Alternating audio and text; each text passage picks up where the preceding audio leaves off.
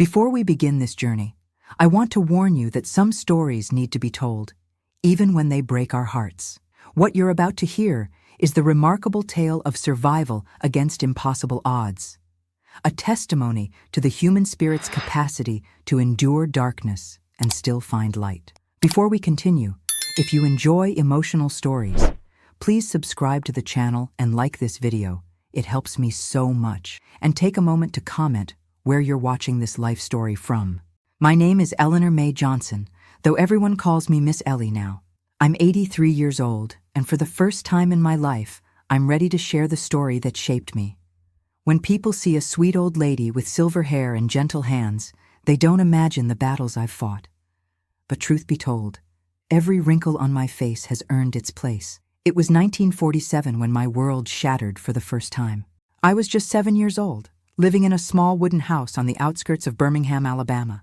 We weren't rich by any means, but Mama made sure our home was filled with love.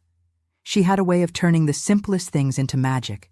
An old flour sack became a beautiful dress with her skilled hands, and leftover cornmeal transformed into the most delicious bread you ever tasted. Mama worked as a housemaid for a wealthy white family across town.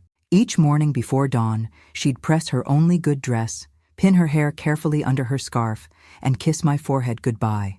"Be good for your daddy, songbird," she'd whisper, her breath warm against my cheek. "I'll be home before the stars come out." That particular summer day started like any other. The cicadas were singing their endless song, and the air hung heavy with humidity. I was playing with a rag doll Mama had made me when Mrs. Peterson from next door came running up our dirt path, her face streaked with tears.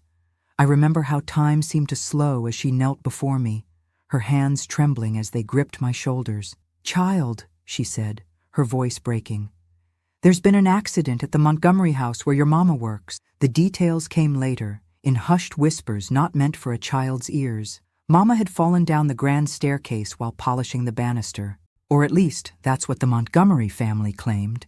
Years later, I would learn from another maid who was there that day that Mrs. Montgomery had pushed her in a fit of rage over a broken teacup, a priceless family heirloom, they said, as if any object could be worth a human life. The funeral was held 3 days later.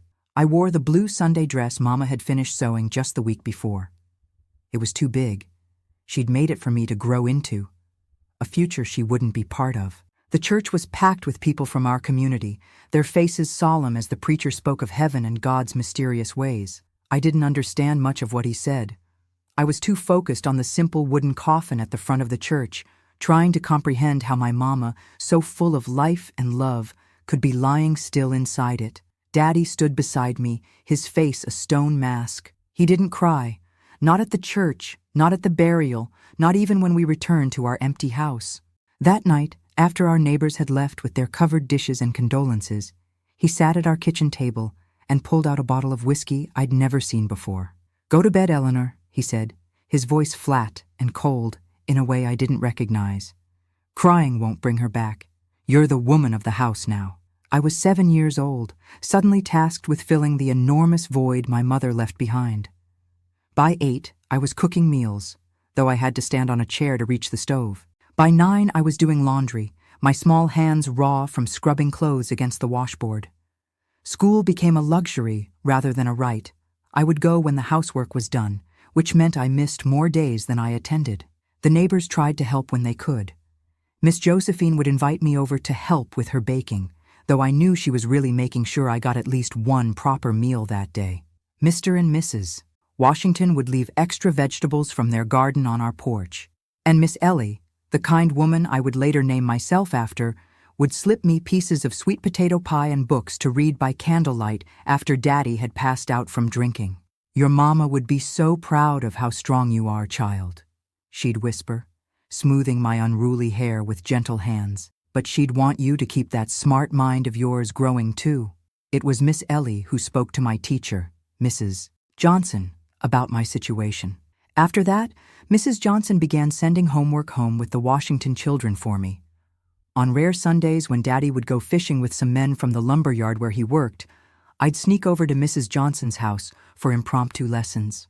"You've got your mama's quick mind," she told me once, after I'd solved all the arithmetic problems she'd given me.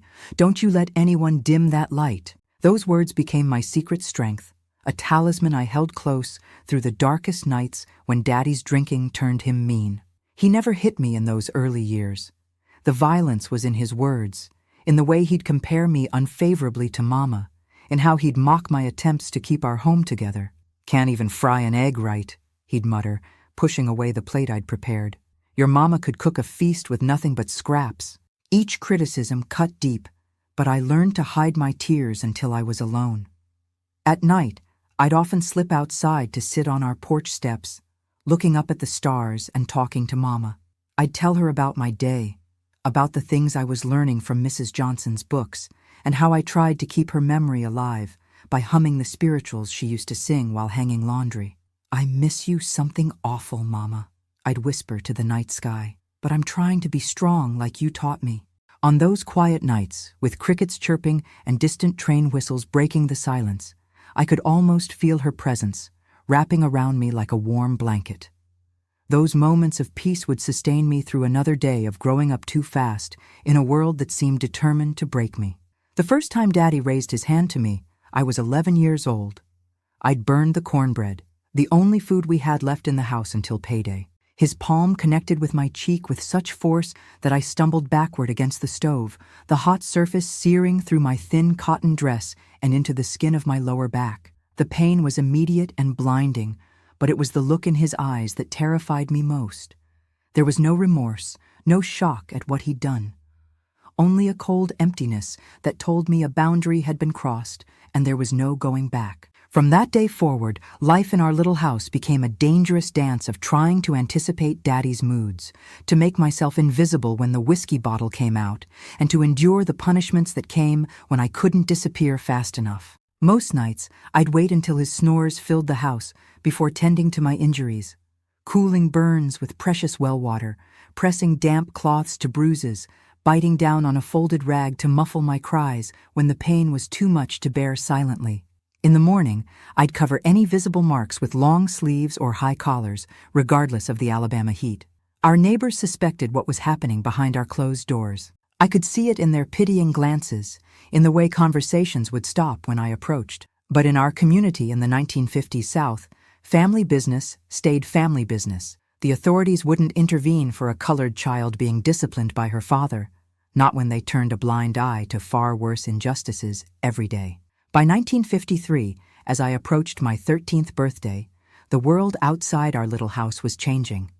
Brown v.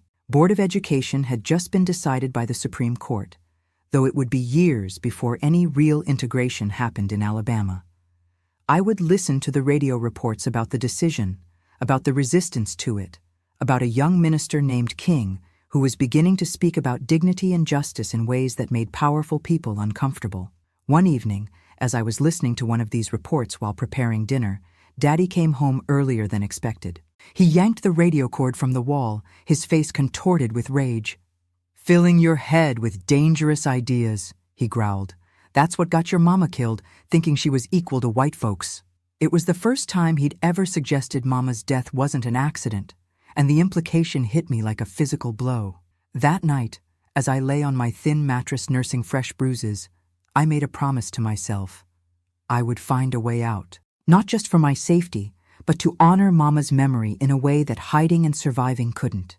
I didn't know then how that escape would come, or that it would arrive in the form of a movement that would change not just my life, but the course of history itself. All I knew was that somewhere beyond the confines of our small house and the limitations of being a young black girl in the Jim Crow South, there had to be more than this. There had to be the possibility of freedom, not just from Daddy's fists, but from a system designed to keep people like me small and afraid.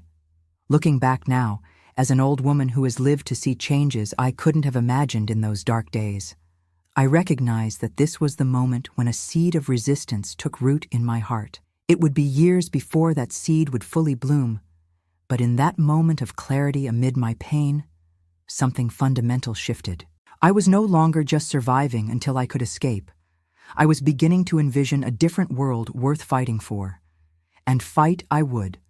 though the battles ahead would test every ounce of strength and courage I possessed. As 1960 dawned, I had survived 6 years under my father's increasingly tyrannical rule.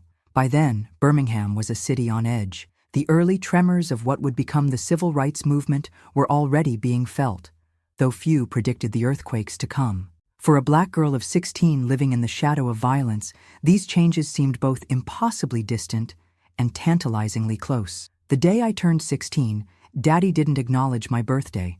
It wasn't a surprise. He hadn't marked the occasion since Mama died. But this particular morning, he did something unexpected. He tossed a crumpled newspaper across our worn kitchen table as I served his breakfast. "Job listing," he grunted, gesturing at the circled advertisement. "Maid position with the Williams family. You start Monday." My heart sank as I read the details. The Williams family lived on Mountain Brook, the wealthiest white neighborhood in Birmingham, nearly 2 hours away by bus. Working there would mean the end of any hope I had of returning to school. "But Daddy," I began hesitantly. "Mrs. Johnson said if I can finish this year, I might qualify for—" The back of his hand connected with my mouth before I could finish. The metallic taste of blood filled my mouth as he leaned in close. Whiskey fumes heavy on his breath, even at 7 in the morning. "You think you're better than your mama? Too good to clean white folks' houses?" His voice was dangerously quiet. "Education won't save you from what you are. Best you learn that now." I started work the following Monday. The Williams house was an imposing 2-story colonial with white columns and perfectly manicured gardens, a world away from our decaying neighborhood. Mrs. Williams was a thin woman with perpetually pursed lips who inspected my work with a white-gloved finger, pointing out dust I couldn't even see. Mr. Williams was rarely home, but when he was, I learned to make myself scarce. There was something in the way his eyes followed me that made my skin crawl. The family had 2 children, a girl about my age named Catherine, who never acknowledged my existence, and a boy named James, 12 years old and already practicing the casual cruelty he'd observed in the adults around him. He would deliberately spill things after I'd cleaned or hide items and claim I'd stolen them. My days began at 4:30 a.m. to catch the first bus and ended well after dark. The pay was pitiful, most of which Daddy took for room and board. But the job came with one unexpected blessing. Mrs. Williams insisted I take home their leftovers rather than waste good food on garbage. Those scraps often constituted the only decent meals I had all week. One evening in early 1961, I returned home to find Daddy sitting with a man I'd never seen before. Mr. Clayton, a foreman at the steel mill and nearly 30 years my senior.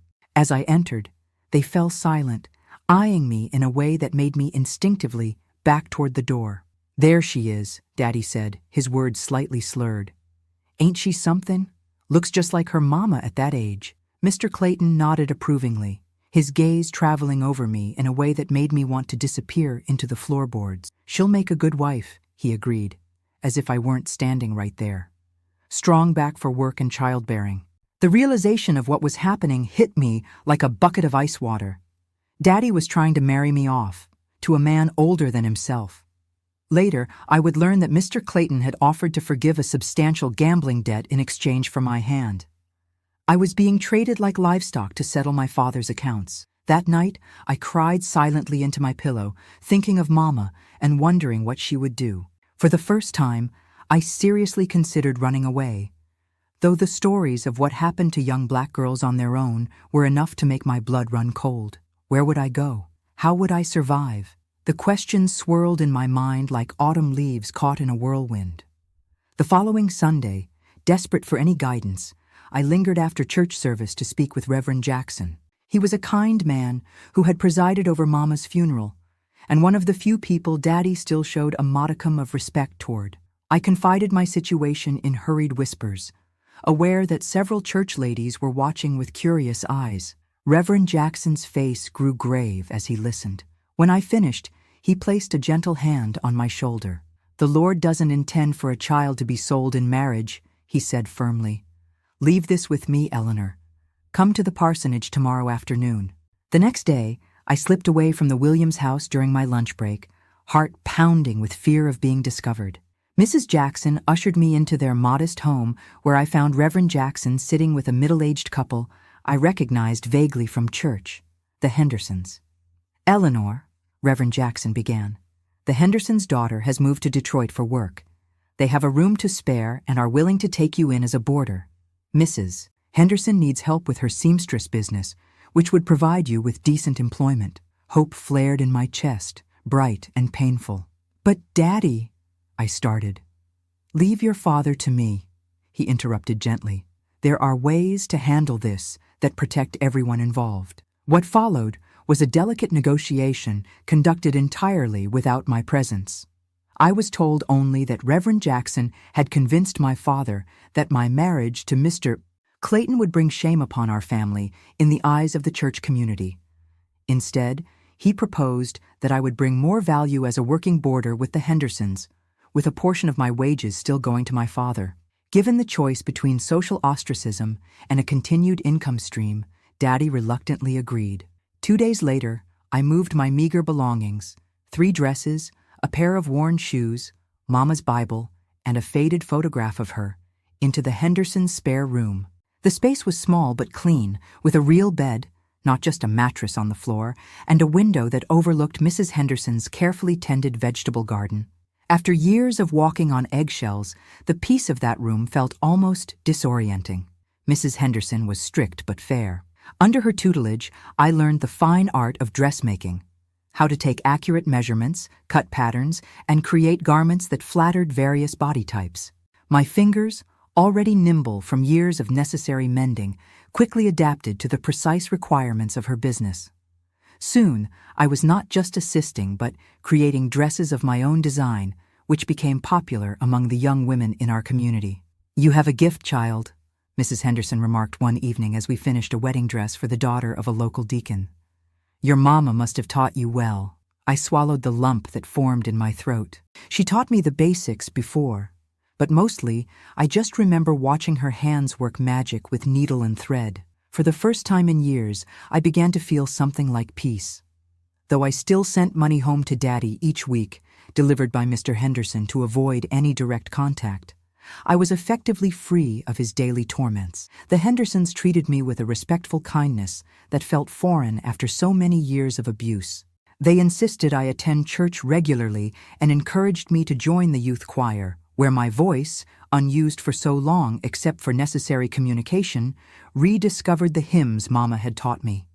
It was in this choir that I met Samuel Davis, a tall young man with serious eyes and a quiet dignity that set him apart from other boys our age. His father was a Pullman porter on the railroad, a prestigious position that allowed their family slightly more comfort than most in our community.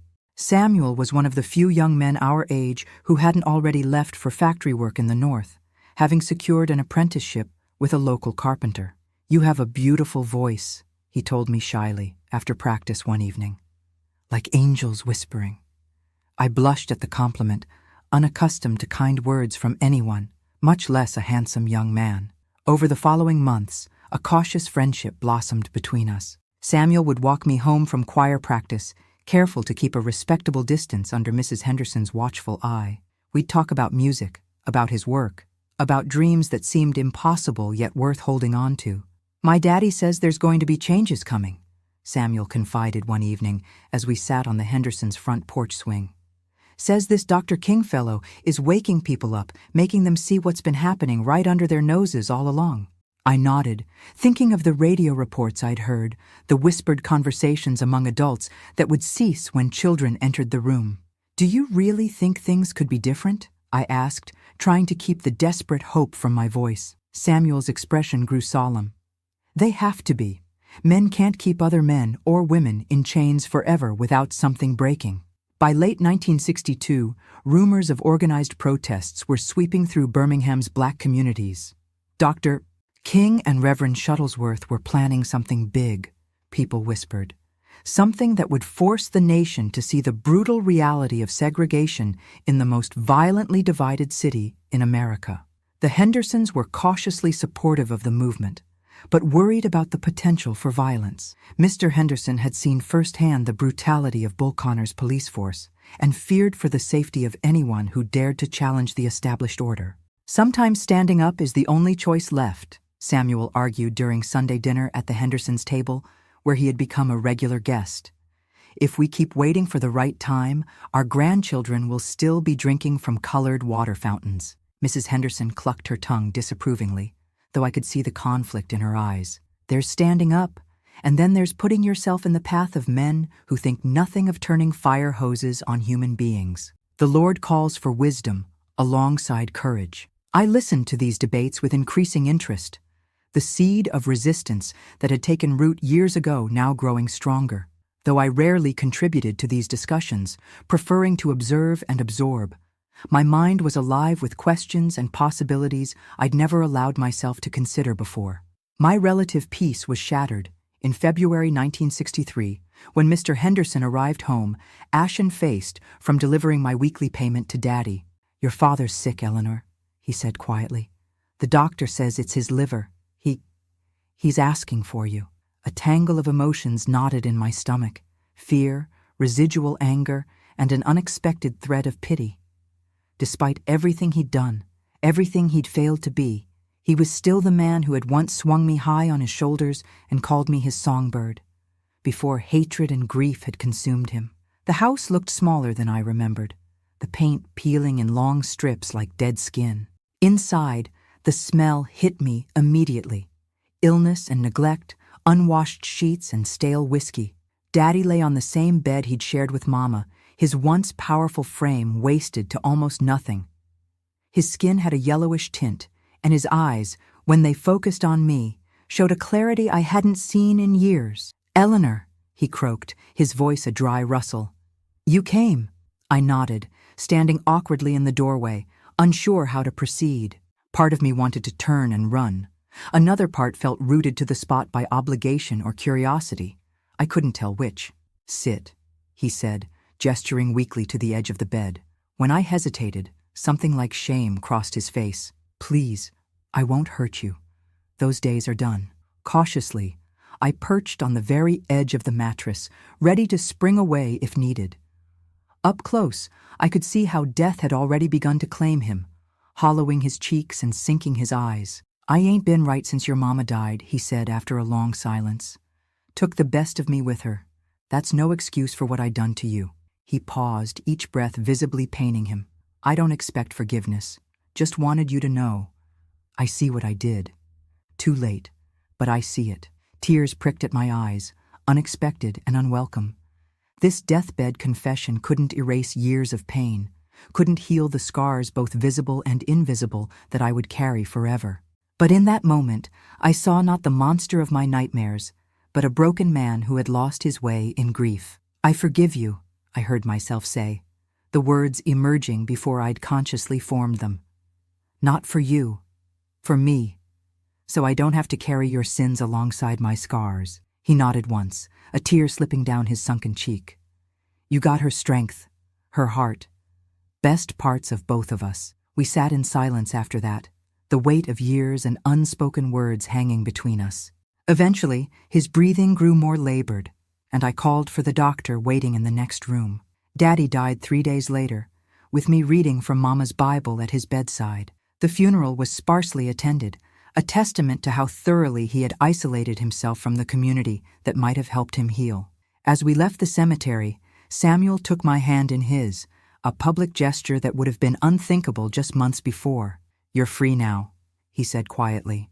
I looked back at the fresh grave beside my mother's older one.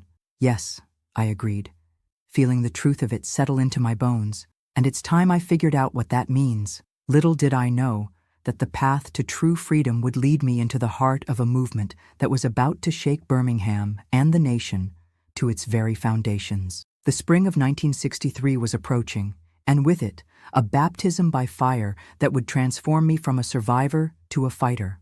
April 1963 arrived with an electricity in the air that seemed to vibrate through Birmingham's streets.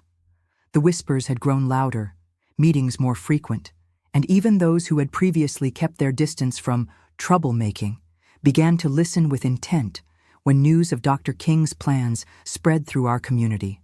After Daddy's funeral, I had moved permanently into the Hendersons' home, no longer as a boarder, but as something closer to family.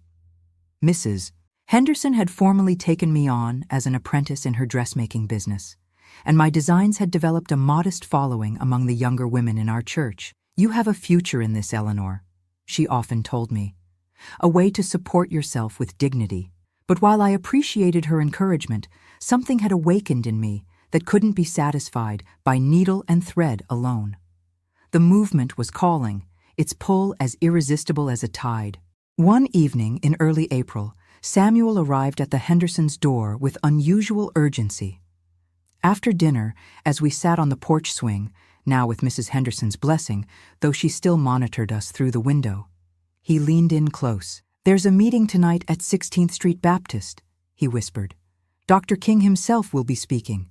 They're planning demonstrations. Big ones. Will you come with me?" Mrs. Henderson would never approve of me attending such a gathering. Though sympathetic to the cause, she feared the violence that would inevitably follow. I glanced back at the window where her silhouette was visible through the curtains. "Tell her we're going for a walk to discuss wedding plans," Samuel suggested with a mischievous smile that made my heart flutter despite the seriousness of the moment. It wasn't entirely a lie. Though no formal proposal had been made, we had begun to speak of a future together, a modest home, perhaps children someday. Mrs. Henderson, eager to see me settled respectably, had encouraged the courtship, unaware that Samuel's involvement in the movement ran far deeper than occasional dinner-table discussions. The church was packed beyond capacity when we arrived, the air thick with anticipation and the mingled scents of pomade, perfume, and perspiration. We squeezed into a spot near the back, just as Reverend Shuttlesworth rose to introduce Dr. King. I had seen photographs in newspapers, heard his voice on radio broadcasts, but nothing prepared me for the physical presence of the man himself. He wasn't tall or imposing in stature, but when he spoke, his voice seemed to reach directly into the core of my being, resonating with truths I had always known, but never heard articulated so powerfully. "We've come to Birmingham because injustice is here," he declared, his words rolling through the church like thunder. "We are here to remind America of the fierce urgency of now." As he outlined the planned campaign of nonviolent direct action, boycotts of downtown businesses, sit-ins at segregated lunch counters, and mass marches that would almost certainly result in arrests, I felt a surge of both terror and exhilaration. This was dangerous, potentially deadly work. Bull Connor's reputation for brutality was well earned, his officers and fire department notorious for their enthusiasm in suppressing even the most peaceful black gatherings. Yet sitting in that church, surrounded by people who had decided that dignity was worth risking everything for, I understood with sudden clarity that this was what Mama would have wanted for me.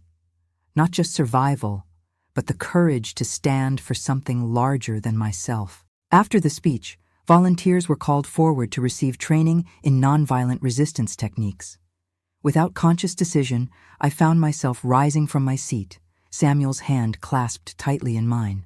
"Eleanor," he whispered, surprise evident in his voice. "Are you sure?" I nodded, unable to articulate the certainty I felt. This was right. This was necessary. This was perhaps what I had been preserved through years of hardship to do. The training sessions were held in church basements and private homes over the following days. We learned how to protect our vital organs when being beaten, how to maintain dignity while being arrested, how to respond to hatred with determined love rather than retaliatory anger. We role-played scenarios, taking turns playing demonstrators and police, practicing how to go limp rather than resist arrest, how to shield our heads from billy clubs. Mrs. Henderson discovered my involvement after the first weekend of demonstrations began on April 6th. A neighbor had seen me among the protesters at a department store sit-in and reported back with concerned disapproval. "Have you lost your mind, child?" she demanded when I returned home. "Do you have any idea what those policemen will do to you? What they do to our girls especially?" I met her gaze steadily, finding a courage I hadn't known I possessed. "Yes, ma'am, I believe I do. But someone has to stand. If not me, then who?" Her eyes filled with tears as she pulled me into a fierce embrace. "Your mama would be proud," she whispered, "and terrified. just like I am. From that day forward, the Hendersons' home became a quiet hub of support for the movement. Mrs. Henderson sewed armbands for demonstrators and prepared sandwiches for those doing jail support. Mr.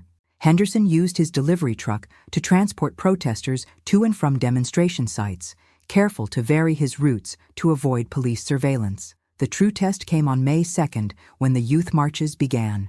Dr. King and his advisors had made the controversial decision to include children and teenagers in the demonstrations, knowing the national outrage that would follow if young people were arrested and jailed. Though I was nearly 19 by then, I joined the youth contingent alongside Samuel, who had been appointed a group leader because of his calm demeanor under pressure. The morning dawned clear and warm as hundreds of us gathered at 16th Street Baptist, receiving last-minute instructions and encouragement from movement leaders. We sang freedom songs that lifted our spirits and steeled our resolve. Ain't gonna let nobody turn me round, turn me round, turn me round. Ain't gonna let nobody turn me round. I'm gonna keep on walking, keep on talking, marching up to freedom land. As we prepared to exit the church in orderly groups of 50, a young minister I knew as Reverend Abernathy addressed us. Remember, no matter what happens today, you are fighting for your dignity, for your future, and for generations yet unborn. Walk with pride, meet hatred with love, and know that the eyes of the world are watching. I was assigned to the third group, led by a Howard University student named Diane Nash. Samuel would lead the fifth group, meaning we would be separated during the march. Before joining my group, he pulled me aside, his expression more serious than I'd ever seen it. "If they arrest you," he said quietly, "don't resist. Give them your real name. The lawyers will find you faster that way. If they hurt you," his voice caught, "remember you're not alone. We're all with you, even when they separate us." He pressed something into my palm, a small silver cross on a chain. "My mama's," he explained. "Said it always protected her. Want it to protect you now." I slipped it around my neck, tucking it beneath my blouse where it rested cool against my skin. Standing on tiptoe, I kissed him quickly, not caring who saw. "See you on the other side," I whispered. Our group exited the church singing "We Shall Overcome," moving with deliberate steps toward Kelly Ingram Park. We had barely made it 2 blocks when police vans screeched to a halt in front of us, Bull Connor himself emerging from the lead vehicle, bullhorn in hand. "You Negras disperse immediately," his voice crackled through the amplifier. "You are participating in an unauthorized demonstration in violation of city ordinances." Diane Nash stepped forward, her voice clear and unwavering.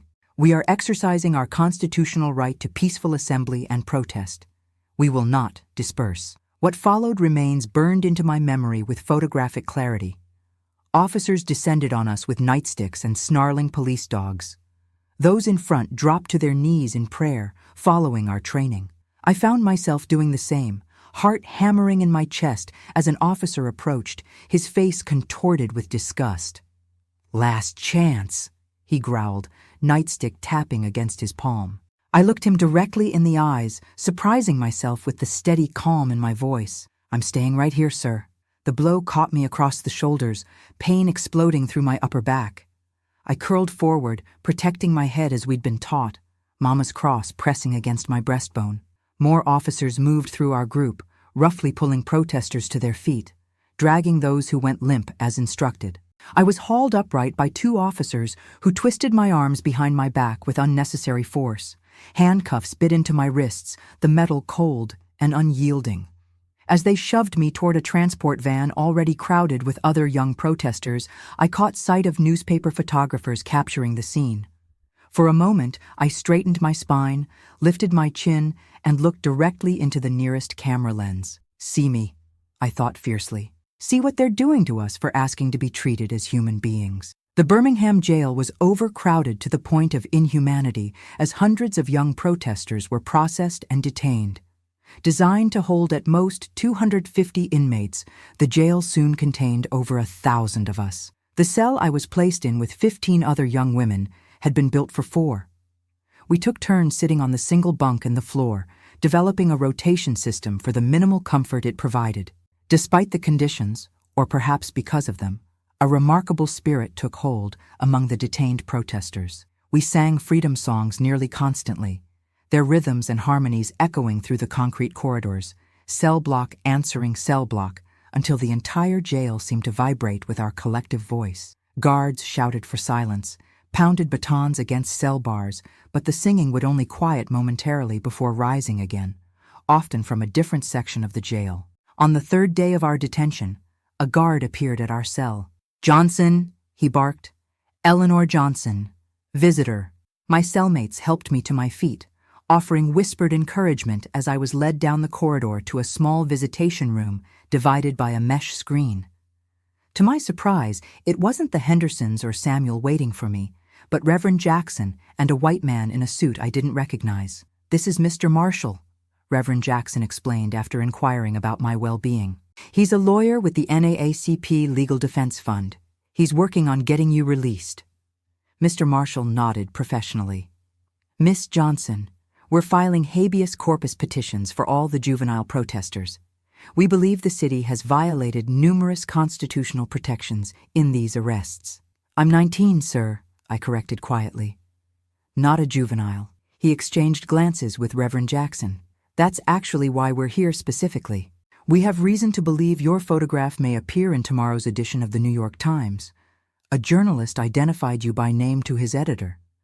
Your story, orphaned girl overcoming an abusive childhood to stand for justice, it has narrative power." I blinked, trying to absorb what he was saying. "My picture? In a newspaper in New York? Potentially more than that," Reverend Jackson added gently. "The journalist is requesting an interview when you're released. The movement needs stories that touch hearts, Eleanor. Yours could be one of them." Over the next 2 days, as negotiations between movement leaders and city officials intensified, I was interviewed by not just one, but 3 different reporters who had somehow gained access to the jail. I told them about Mama, about growing up under Daddy's tyranny, about finding my voice and purpose in the movement. I spoke of dignity and determination, carefully following the talking points movement leaders had drilled into us during training. On May 10th, an agreement was reached. The city would begin desegregating public facilities and release the imprisoned demonstrators. As we emerged from the jail to the cheers of supporters, I was startled to find multiple photographers focusing their cameras on me, specifically. A national magazine reporter thrust a microphone toward my face. "Miss Johnson, how does it feel to have become one of the faces of the Birmingham campaign?" she asked. Before I could respond, Samuel appeared at my side, wrapping a protective arm around my shoulders.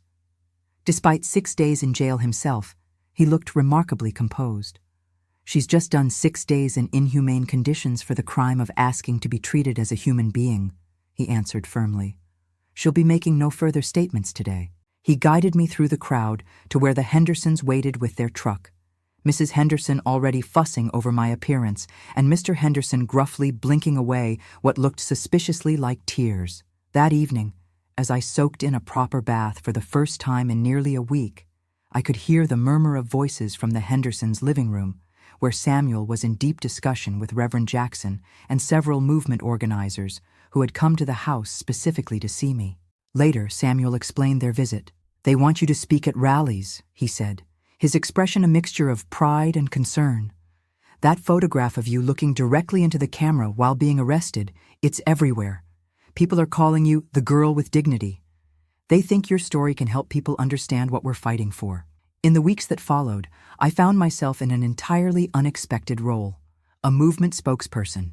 I traveled with more experienced activists to churches and community centers across the South, telling my story and connecting it to the larger struggle for dignity and justice. My natural reserve gradually gave way to a discovered gift for public speaking, my quiet voice finding strength in purpose. By August, when we traveled to Washington, D.C., for the March on Washington for Jobs and Freedom, I was scheduled to give a brief address from the podium at the Lincoln Memorial, not among the headliners like Dr. King, but as a representative of the youth contingent that had proven so crucial in Birmingham. Standing on those steps, looking out at the sea of faces extending all the way to the Washington Monument, I felt Mama's presence more strongly than I had since her death. As I stepped to the microphone, Samuel squeezed my hand once before releasing it.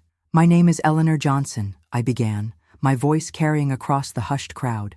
"3 months ago, I was a seamstress in Birmingham, Alabama, trying to make myself small enough to avoid notice. Today, I stand before you as living testimony that none of us was born to be invisible." The crowd's response washed over me like a wave, their applause and cheers carrying me through the remainder of my short speech. When I returned to my seat, Dr. King himself leaned over to shake my hand. "Well done, Miss Johnson," he said with a warm smile. "Your mother would be proud." I stared at him in surprise. "You didn't know my mother, Dr. King." His smile deepened. "No, but I know daughters, and no mother could help but be proud of a daughter who carries herself with such dignity." Hours later, after his "I Have a Dream" speech had moved the nation to tears and hope, Samuel and I stood on the steps of the Lincoln Memorial as the crowd gradually dispersed. The marble felt cool beneath my tired feet as I slipped off my shoes, looking out over the reflecting pool now strewn with pamphlets and paper cups, evidence of the multitude that had gathered in peaceful solidarity. "What happens now?" I asked quietly. Samuel took my hand, his fingers intertwining with mine. "We keep fighting. The march isn't the end. It's barely the beginning." "I meant for us," I clarified, turning to face him fully. Something shifted in his expression, vulnerability replacing his usual steady confidence. Reaching into his pocket, he withdrew a small velvet box that looked incongruously fancy in his calloused carpenter's hand. "I was going to wait for a proper moment," he admitted. "A nice restaurant, maybe, or back home in the garden at sunset. But standing here with Lincoln and history as witnesses," he opened the box, revealing a modest ring with a single small diamond. "Eleanor May Johnson, will you build a future with me? Not just a marriage, but a partnership in this work we've both been called to?" Tears blurred my vision as I nodded, words momentarily beyond my capacity. As he slipped the ring onto my finger, I found my voice again. "From this day forward," I promised, "whatever comes, we face it standing."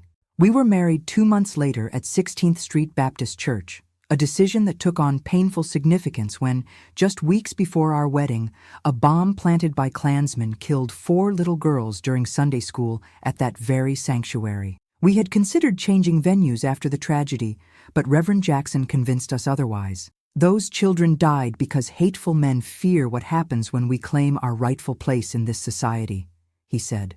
"We honor them by continuing to claim that place. In life, in love, in joy, even in the midst of grief." And so, on November 16th, 1963, I walked down the aisle of the partially rebuilt church, passing the pew where I had first heard Dr. King speak, to join my life with Samuel's. My borrowed wedding dress was simple but elegant, made with loving care by Mrs. Henderson, who had become the mother my heart needed after losing my own. As we exchanged vows, I felt the presence of all who had brought me to this moment. Mama, whose love had sustained me even after her death. Daddy, whose brokenness had taught me the cost of surrendering to hatred. The Hendersons, who had shown me what family could be. And the movement that had helped me find my voice. "I now pronounce you husband and wife," Reverend Jackson declared with evident joy. "You may kiss your bride." As Samuel's lips met mine, sealing our commitment before God and community, I knew with bone-deep certainty that this was just one milestone in a journey that would continue for decades to come. The struggle for full equality was far from over, the path ahead still fraught with danger and setbacks. But for the first time in my life, I was fully free, not just from Daddy's fists or society's limitations, but free to become the woman I was always meant to be. And that woman, I had discovered, was stronger than anyone, including myself, had ever imagined. The years following our wedding were marked by tremendous change, both in our nation and in my personal journey. We began our married life in a modest 1-bedroom apartment not far from the Hendersons, with Samuel continuing his carpentry work while I divided my time between Mrs. Henderson's dressmaking business and increasingly frequent speaking engagements for the movement. The assassination of Dr. King in April 1968 struck us like a physical blow. I had just discovered I was pregnant with our first child when the news reached us, Samuel and I held each other in stunned silence, our tears mingling as the radio delivered details of his murder in Memphis. The following day, riots erupted across the nation, a physical manifestation of collective grief and rage that seemed to shake the very foundations of our country. "What kind of world are we bringing this child into?" I whispered that night, my hand resting protectively over my still flat stomach. Samuel placed his hand over mine, his voice steady despite the grief etched in his face. "A broken one," he admitted, "but one worth fighting to repair." 2 days later, despite warnings about potential violence, we joined thousands of mourners in a memorial march through Birmingham. I wore a black armband over my Sunday best, carrying a hand-lettered sign that read simply, "His dream lives in us." The streets were eerily quiet, our footsteps and muffled sobs the only sounds disturbing the heavy silence that had descended over the city. Our daughter was born that September, Marion Liberty Davis, named for both the great contralto Marian Anderson and the freedom we continued to pursue. She arrived with a powerful set of lungs and a determination that reminded me immediately of my mother. "She's going to be a fighter," the midwife chuckled as she placed my screaming daughter in my arms. "She comes by it honestly," Samuel replied, his eyes shining with tears as he stroked her perfect tiny fingers. Motherhood transformed me in ways I hadn't anticipated. The fierce protectiveness I felt toward Marion gave new urgency to our work. Every segregated playground, every underfunded colored school, every lingering vestige of Jim Crow became not just an abstract injustice, but a direct threat to my child's future. At the same time, the physical demands of caring for an infant necessarily changed my involvement in the movement. Rather than traveling for speaking engagements, I began hosting meetings in our home, turning our modest living room into a planning center for voter registration drives and education initiatives. While Samuel attended marches and demonstrations, I focused on the equally vital work of community organizing, creating networks of support for families affected by poverty and discrimination, establishing a clothing cooperative that evolved from Mrs. Henderson's dressmaking business, and developing adult literacy programs for those who had been denied education.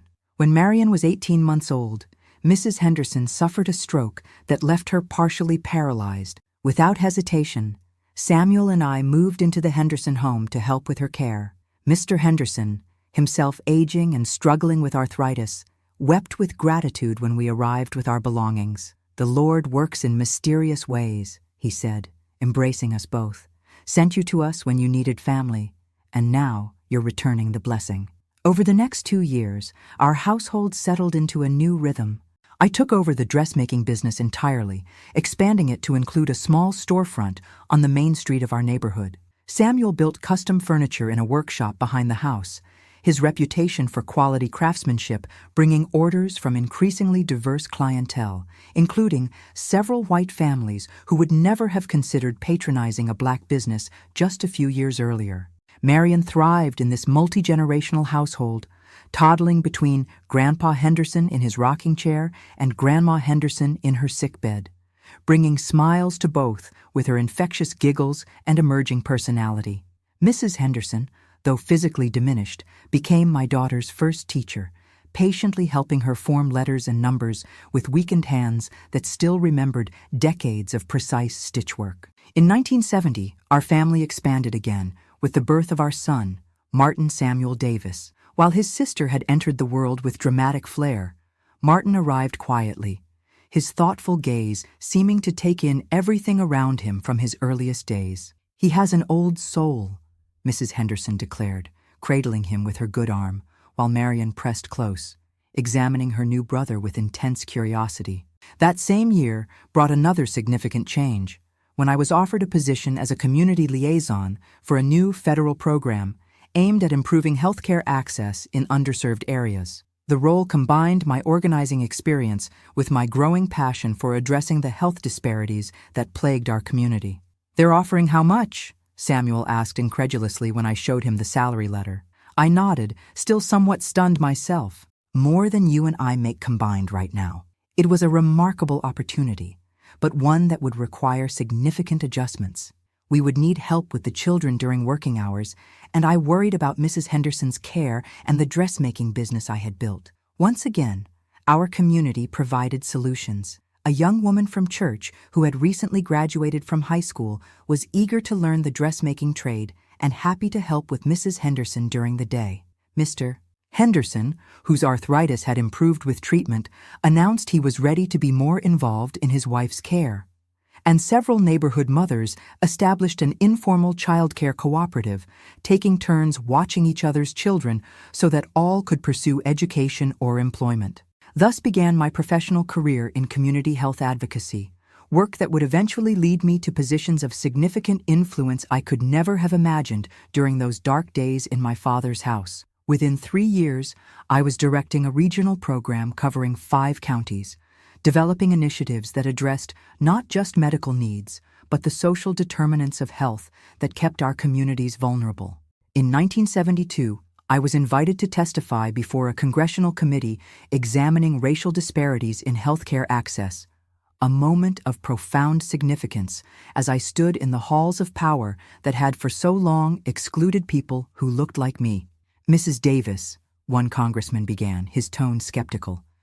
You've suggested that the health problems in your community are the result of systemic issues rather than individual choices.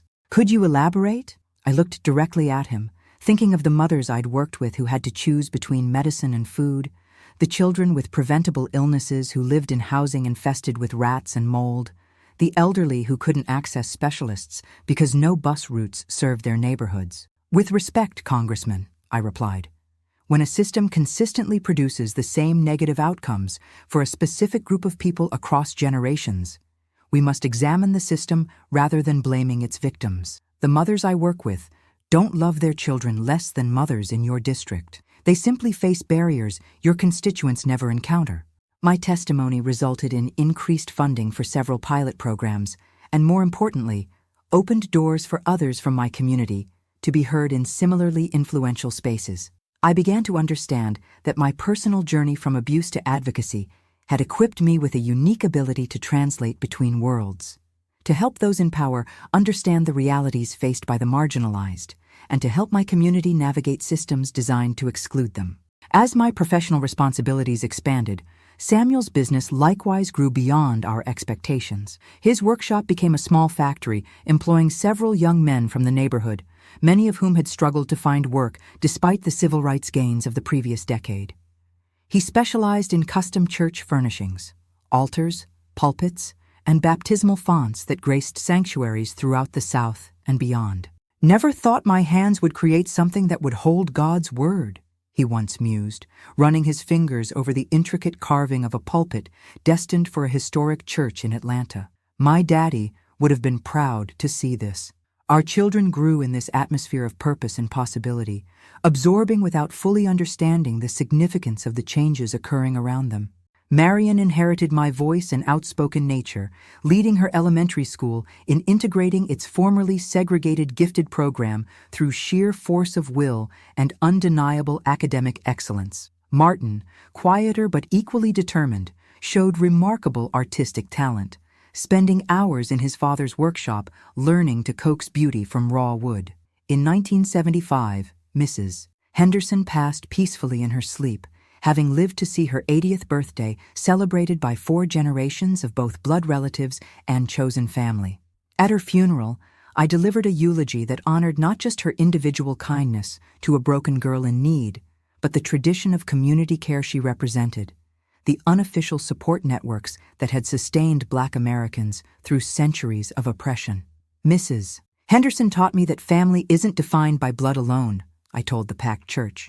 She showed me that sometimes the people God sends to heal us don't share our name or our history. They simply share their hearts when we need it most. After the service, an elderly woman I didn't recognize approached me, her eyes bright with unshed tears. "You probably don't remember me," she began hesitantly. "I worked with your mama at the Montgomery house. Was there the day she—" My breath caught. In all the years since Mama's death, I had never spoken with anyone who had witnessed her final moments. "I remember you," I said softly, the memory of her face suddenly surfacing from the fog of childhood grief. "You brought me a handkerchief at the funeral. It had little violets embroidered in the corner." She nodded, tears now flowing freely. Your mama talked about you all the time. Her little songbird, she called you. Said you were going to fly higher than anyone in your family ever had. She clutched my hand between her gnarled fingers. She was right, child.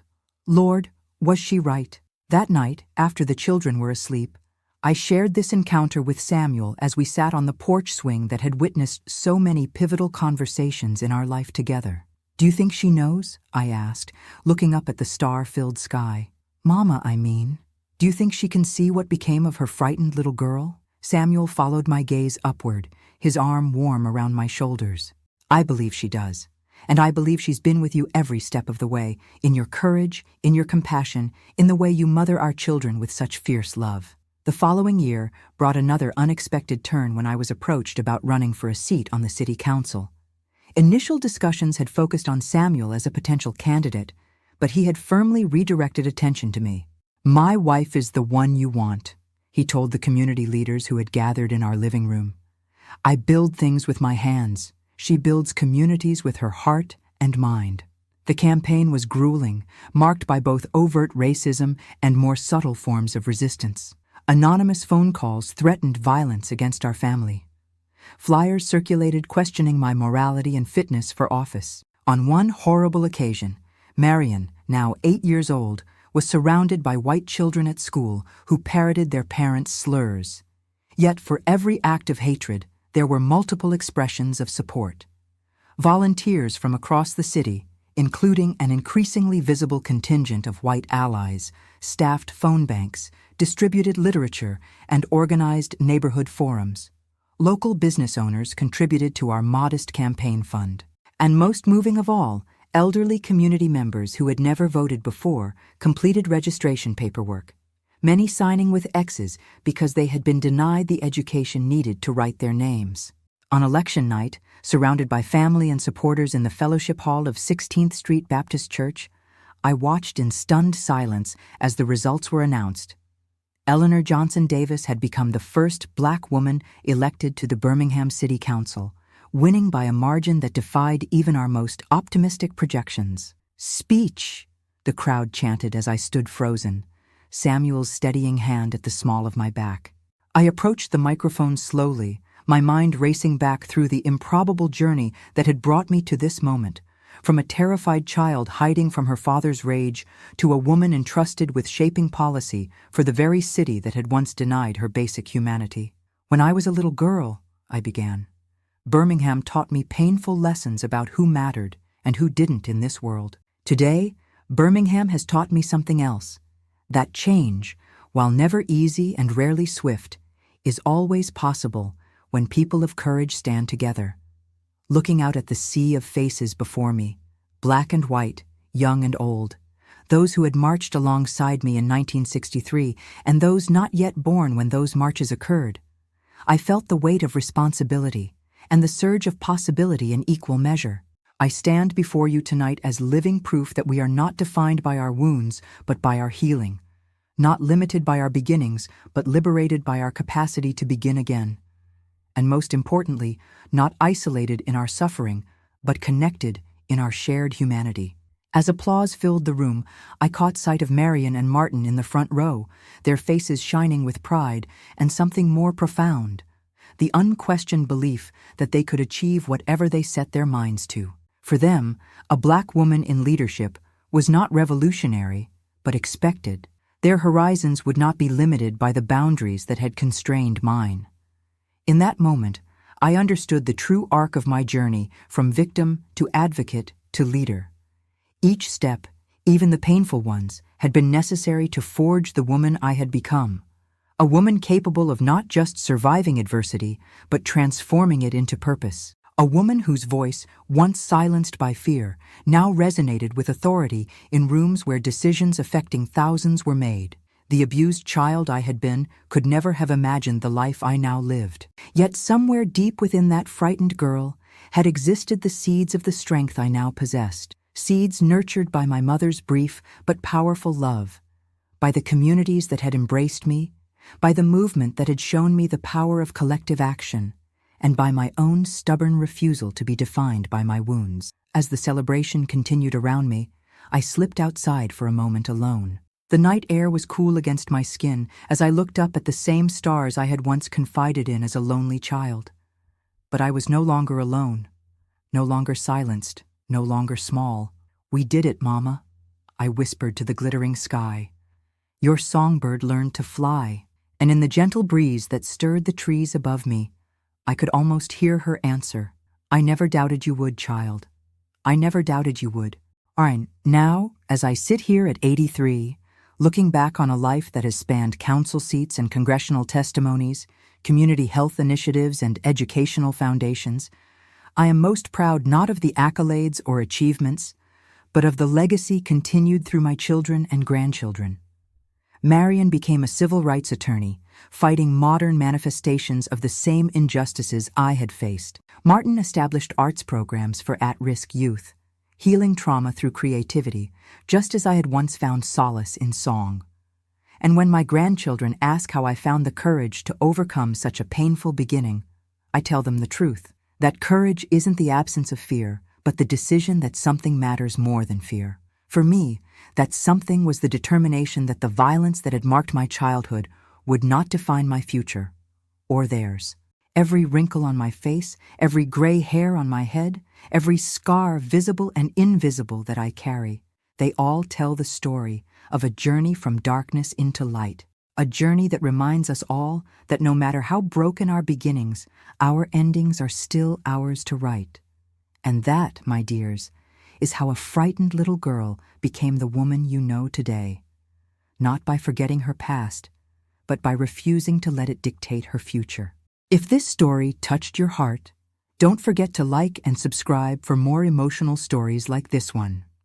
Your support means the world to me. See you next time.